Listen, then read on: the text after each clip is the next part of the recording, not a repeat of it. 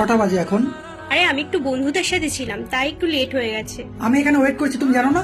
আরে লেট হয়েছে তো কি হয়েছে, এসছি তো আমি। হ্যাঁ এসছো, লেট করে এসছো। আমি এতক্ষণ ধরে ওয়েট করছি, একবার জানানোর প্রয়োজন মনে করো? তুমি নিজের ইচ্ছা মতো টাইমে আসবে, আমি এখানে বসে থাকবো? আমার কোনো টাইমের দাম নেই? দেখো, চিল্লাবে না, রাগ দেখাবে না একদম। আমার কিন্তু এগুলো একদম ভাল লাগে না। লোকের সামনে সিনক্রেট কর, আমি কিন্তু চলে যাবো এখান থেকে। ও, আমি রাগ দেখাচ্ছি? আমি সিন ক্রিয়েট করছি?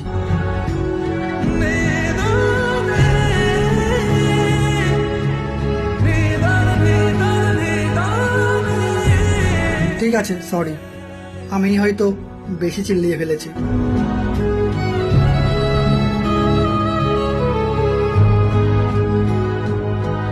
কি ব্যাপার বলতো? আমি তোমার সামনে ফোনে কথা বলছি, তুমি কিছু বলছো না? আগের মতো ঝামেলা করো না, রাগ করো না, অভিমান করো না, কি ব্যাপার বলো তো?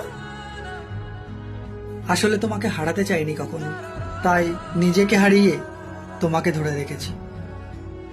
মানে? না কিছু না, চলো। কথা বলা হয়েছে তোমার? চলো।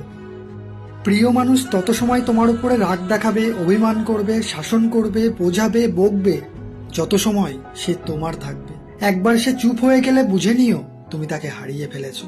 আর